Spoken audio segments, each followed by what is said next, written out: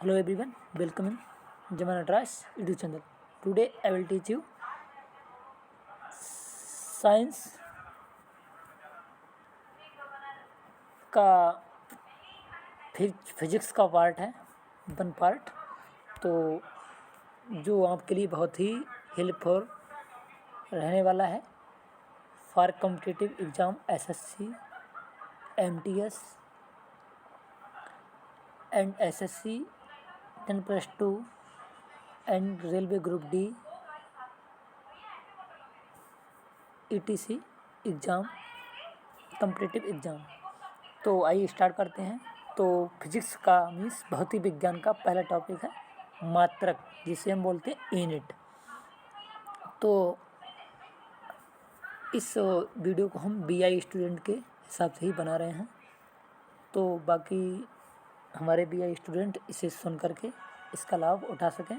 तो इसलिए आप लोगों से मेरा रिक्वेस्ट है कि अधिक से अधिक संख्या में इस हमारे वीडियो को शेयर कीजिएगा, ताकि हमारे जितने भी विजुअल इम्पेयर्ड स्टूडेंट्स हैं वो इसका लाभ उठा सकें। तो आइए स्टार्ट करते हैं। तो जो मात्रक होता है, यूनिट होता है, उसे हम मतलब क्या बोलते हैं, किसी भी राशि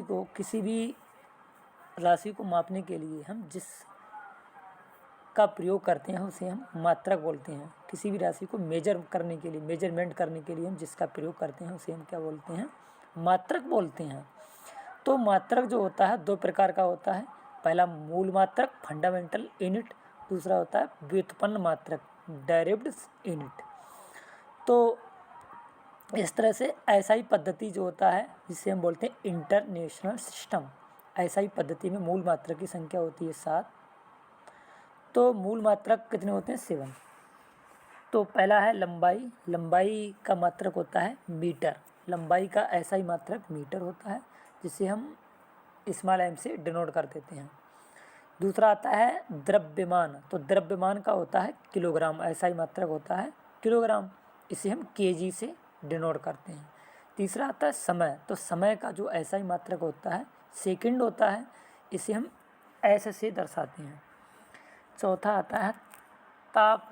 ताप को हम टेम्परेचर बोलते हैं, इसका होता है एसआई मात्रक केल्विन, इसे हम के से दर्शाते हैं।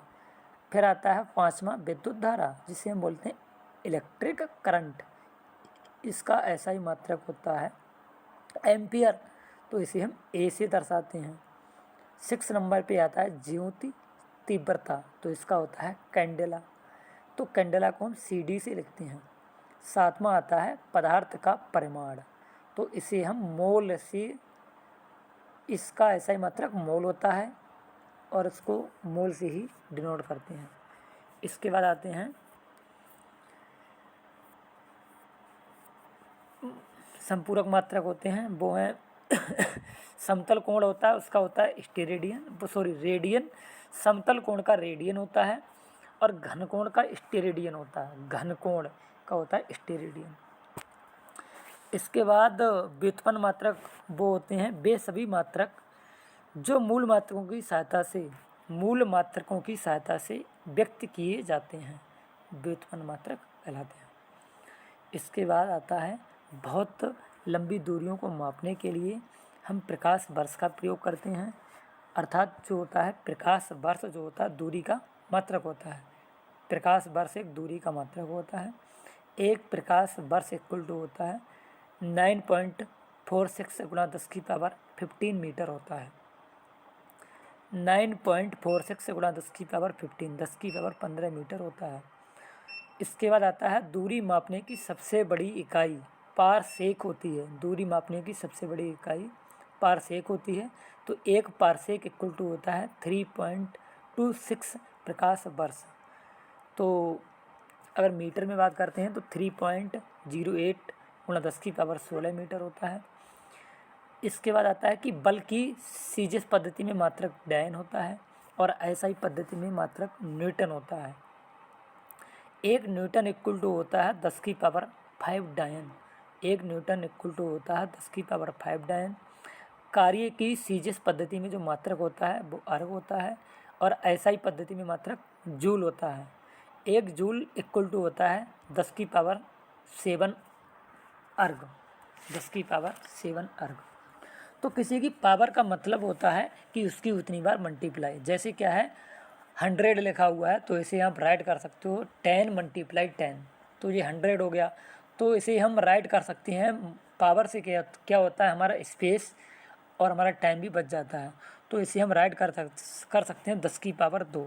इसी तरह से 1000 को हम राइट कर सकते हैं, 1000 में 3 जीरो हैं तो इसे 10 × 10 × 10, या इसे हम राइट कर सकते हैं 10⁻3।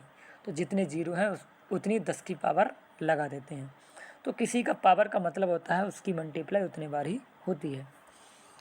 तो कुछ 10 की पावर होती हैं, उन्हें हम साइंस की भाषा में कैसे बोलते हैं। तो जैसे 10 की पावर 1 है,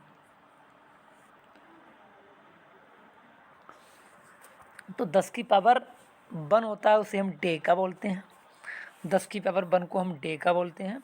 और 10 की पावर अगर 2 है तो उसे हम हेक्टो बोलते हैं, 10 की पावर 3 को हम किलो बोलते हैं, 10 की पावर 6 को मेगा बोलते हैं, और 10 की पावर 9 को हम गीगा बोलते हैं, 10 की पावर 12 को हम टेरा बोलते हैं, और 10 की पावर 15 को हम पेटा बोलते हैं, 10 की पावर 18 को हम एक्सा बोलते हैं, एक्सा।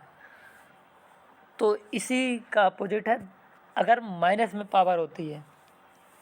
तो जैसे 10 की पावर -1 है तो इसे हम राइट कर सकते हैं 1/10, 1/10। तो इसे हम लिखेंगे 10 की पावर -1। तो 10 की पावर -1 को हम डेसी बोलते हैं, 10 की पावर -2 को हम सेंटी बोलते हैं, 10 की पावर -3 को हम मिली बोलते हैं, 10 की पावर -6 है तो इसे हम माइक्रो बोलते हैं, 10 की पावर -9 को हम नैनो बोलते हैं, 10 की पावर -12 है तो इसे हम पीको बोलते हैं, 10 की पावर -12 को हम पीको बोलेंगे, 10 की पावर -15 को हम फेप्टो बोलते हैं, और 10 की पावर -18 है इसे हम एटो बोलते हैं। तो इस तरह से हमारा मतलब 10 की जो पावर थी उसका टॉपिक कंप्लीट हुआ। अब हम थोड़े क्वेश्चन हैं उन्हें सॉल्व करा देते हैं, कैसे एग्ज़ाम में आते हैं। तो जो आज हमने कराया था वो हम करा रहे हैं, क्योंकि आज हमने क्लास में कराया था ना, तो वही टॉपिक हम करा रहे हैं। तो जैसे क्वेश्चन आता है कि भार जो होता है, भार का एसआई मात्रक क्या है, भार का एसआई मात्रक क्या है। तो पहला ऑप्शन है किलोग्राम, सेकंड है न्यूटन, और थर्ड है ग्राम, और फोर्थ ऑप्शन है डायन। तो भार का एसआई मात्रक जो होता है वो न्यूटन होता है। तो इसका राइट आंसर हो जाएगा न्यूटन। तो इसी तरह से अभी हमने बता भी दिया था कि लंबाई का मीटर होता है, द्रव्यमान का किलोग्राम होता है, समय का सेकंड होता है, विद्युत धारा का मात्रक एम्पियर होता है, और ताप का केल्विन होता है, और ज्योत तीव्रता का कैंडला होता है, पदार्थ की मात्रा का मोल होता है। अगला आता है ध्वनि को मापने के लिए कौन से यूनिट को उपयोग किया जाता है। तो पहला ऑप्शन है डेसिबल, सेकंड है हर्ट्ज, और थर्ड ऑप्शन है ओम, फोर्थ ऑप्शन है वोल्ट। तो इसका आंसर राइट हो जाएगा डेसिबल। ध्वनि को मापने के लिए हम डेसिमन का यूज करते हैं, डेसिबल का यूज करते हैं, डेसिबल। विश्व स्वास्थ्य संगठन के अनुसार 45 डेसिबल ध्वनि मानव के लिए सर्वोत्तम होती है। 45 डेसिबल ध्वनि जो होती है मानव के लिए सर्वोत्तम होती है। और WHO के अनुसार 75 डेसिबल से ऊपर ध्वनि को मानव स्वास्थ्य के लिए हानिकारक माना जाता है। अगला है विद्युत आवेश का एसआई मात्रक क्या होता है। तो पहला ऑप्शन है वोल्ट, सेकंड है कूलाम, थर्ड है केल्विन, और फोर्थ ऑप्शन है किलोग्राम। तो इसका आंसर राइट हो जाएगा, विद्युत आवेश को हम बोलते हैं इलेक्ट्रिक चार्ज। तो इसका राइट आंसर होगा कूलाम। अगला है प्रकाश वर्ष किसकी इकाई है, समय, दूरी, प्रकाश की गति, या प्रकाश की तीव्रता। तो इसका राइट आंसर होगा दूरी का, प्रकाश वर्ष एक दूरी की इकाई होती है। अगला है प्रतिरोध का एसआई मात्रक क्या होता है। तो पहला ऑप्शन है कूलाम, सेकंड है ओम, और थर्ड ऑप्शन है जूल, फोर्थ ऑप्शन है न्यूटन। तो प्रतिरोध का ऐसा ही मात्रक होता है ओम। इसका राइट आंसर हो जाएगा ओम। अगला क्वेश्चन है कि विद्युत धारा का ऐसा ही मात्रक क्या है। विद्युत धारा का ऐसा ही मात्रक क्या है। तो विद्युत, पहला ऑप्शन है एम्पियर, सेकंड है कूलाम, थर्ड ऑप्शन है जूल और फोर्थ ऑप्शन है वाट। तो विद्युत धारा का ऐसा ही मात्रक होता है एम्पियर। आवेश का कूलाम होता है, कार्य या ऊर्जा का जूल होता है, सामर्थ्य जिसे हम पावर शक्ति बोलते हैं तो इसका होता है वाट या जूल पर सेकंड। वाट या जूल पर सेकंड होता है।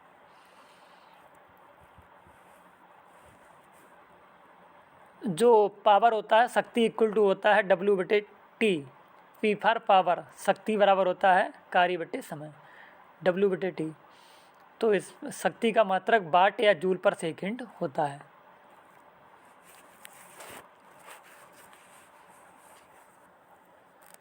दाब का मात्रक होता है पास्कल। दाब का ऐसा ही मात्रक होता है क्या, पास्कल। बल का ऐसा ही मात्रक होता है, पहला ऑप्शन है केल्विन, न्यूटन, पास्कल और फोर्थ ऑप्शन है वोल्ट। तो इसका राइट आंसर हो जाएगा न्यूटन।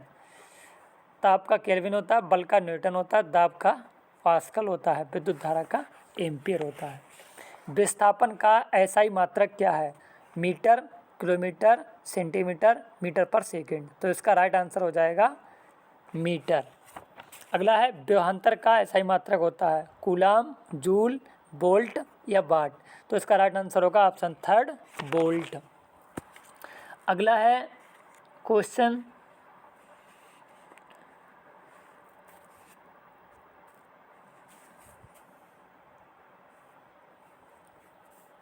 संवेग का ऐसा ही मात्रक क्या होता है। तो इसका होता है संवेग का होता है किलोग्राम मीटर पर सेकंड। किलोग्राम मीटर पर सेकंड होता है।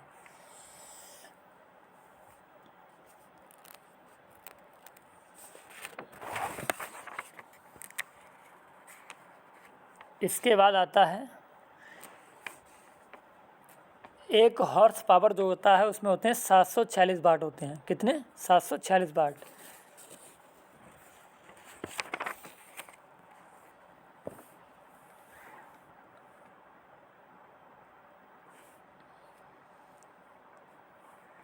और हमने आज इतना और पढ़ाया था हमने कि एक प्रकाश वर्ष द्वारा किसे मापते हैं। तो दूरी को। 1 नैनोमीटर बराबर होता है तो होता 10⁻⁻9 मीटर होता है। 1 पिकोमीटर बराबर होता है 10⁻⁻12 के बराबर होता है। 746 वाट को कहा जाता है तो इसे एक अश्वशक्ति बोलते हैं, एक हॉर्स पावर बोलते हैं। अगला है वायुमंडल दाब को मापने के लिए किस उपकरण का प्रयोग करते हैं। पहला ऑप्शन है लेक्टोमीटर, सेकंड है बैरोमीटर, थर्ड है थर्मोमीटर, फोर्थ है मल्टीमीटर। तो इसका राइट आंसर होगा बैरोमीटर। बैरोमीटर के द्वारा वायु दाब मापी यंत्र होता है जिससे वायुमंडल के दाब को मापा जाता है। सूर्य को देखने के लिए किस यंत्र का प्रयोग किया जाता है। Stroboscope, telescope, helioscope, sun meter. तो इसका राइट आंसर होगा थर्ड हेलियोस्कोप। सूर्य को देखने के लिए हेलियोस्कोप यंत्र का प्रयोग किया जाता है। टेलीस्कोप जो होता है वो प्रकाशीय उपकरण होता है जिसका प्रयोग दूर स्थित वस्तुओं को देखने के लिए करते हैं। और जो अल्टीमीटर होता है वो ऊंचाई मापक यंत्र होता है जिसका प्रयोग हम विमानों में किया जाता है। और ऑडियोमीटर ध्वनि की तीव्रता को मेजर करता है। एरोमीटर जो होता है वायु और गैस के घनत्वों को मापने वाला यंत्र होता है। अगला आता है विभवांतर को मापने के लिए किसका प्रयोग करते हैं। पहला ऑप्शन है ammeter, second option galvanometer, third option है विभव मापी, फोर्थ है वोल्ट मीटर। तो इसका राइट आंसर होगा वोल्ट मीटर। विभवांतर को मापने के लिए हम वोल्ट मीटर का प्रयोग करते हैं। अगला है सर्किट में बिजली के प्रवाह का पता लगाने के लिए हम किस उपकरण का प्रयोग करते हैं। तो पहला ऑप्शन है गैल्वेनोमीटर, सेकंड है एनेमोमीटर, थर्ड है बैरोमीटर, फोर्थ है लेक्टोमीटर। तो इसका राइट आंसर हो जाएगा गैल्वेनोमीटर। और वायु दाब के लिए हम बैरोमीटर का प्रयोग करते हैं। दूध की शुद्धता मापने के लिए हम लैक्टोमीटर, दूध मापी का प्रयोग करते हैं। अगला है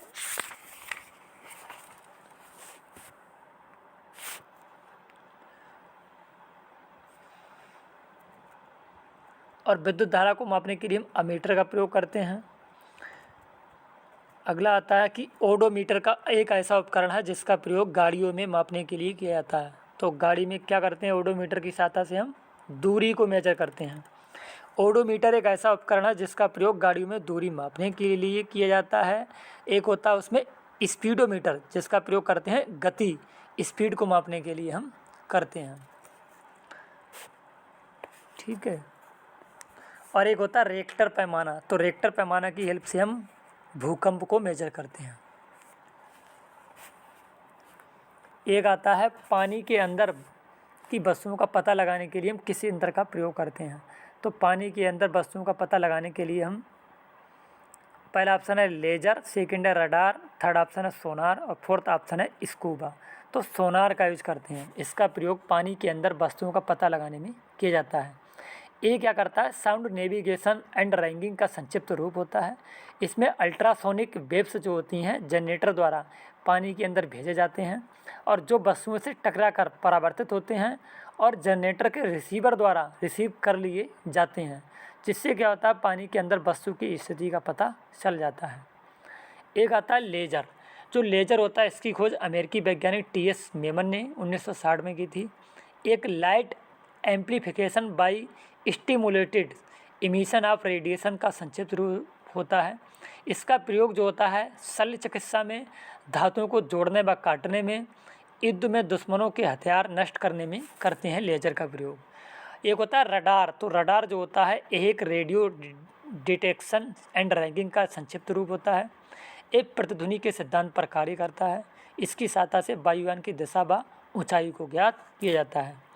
अगला आता है स्कूबा। इसका प्रयोग गोताखोरों द्वारा पानी के अंदर सांस लेने के लिए किया जाता है। एक self contended under water breathing apparatus का संक्षिप्त रूप होता है। तो इस तरह से आज इतना ही हमने पढ़ाया था। तो हमारी इस वीडियो को लाइक कीजिएगा और शेयर कीजिएगा अधिक से अधिक, ताकि हमारे जितने भी दृष्टिबाधित स्टूडेंट हैं, विजुअल इम्पेयर्ड स्टूडेंट्स हैं, वो इसका लाभ उठा सकें। तो thanks for watching and thanks for supporting my YouTube channel. धन्यवाद।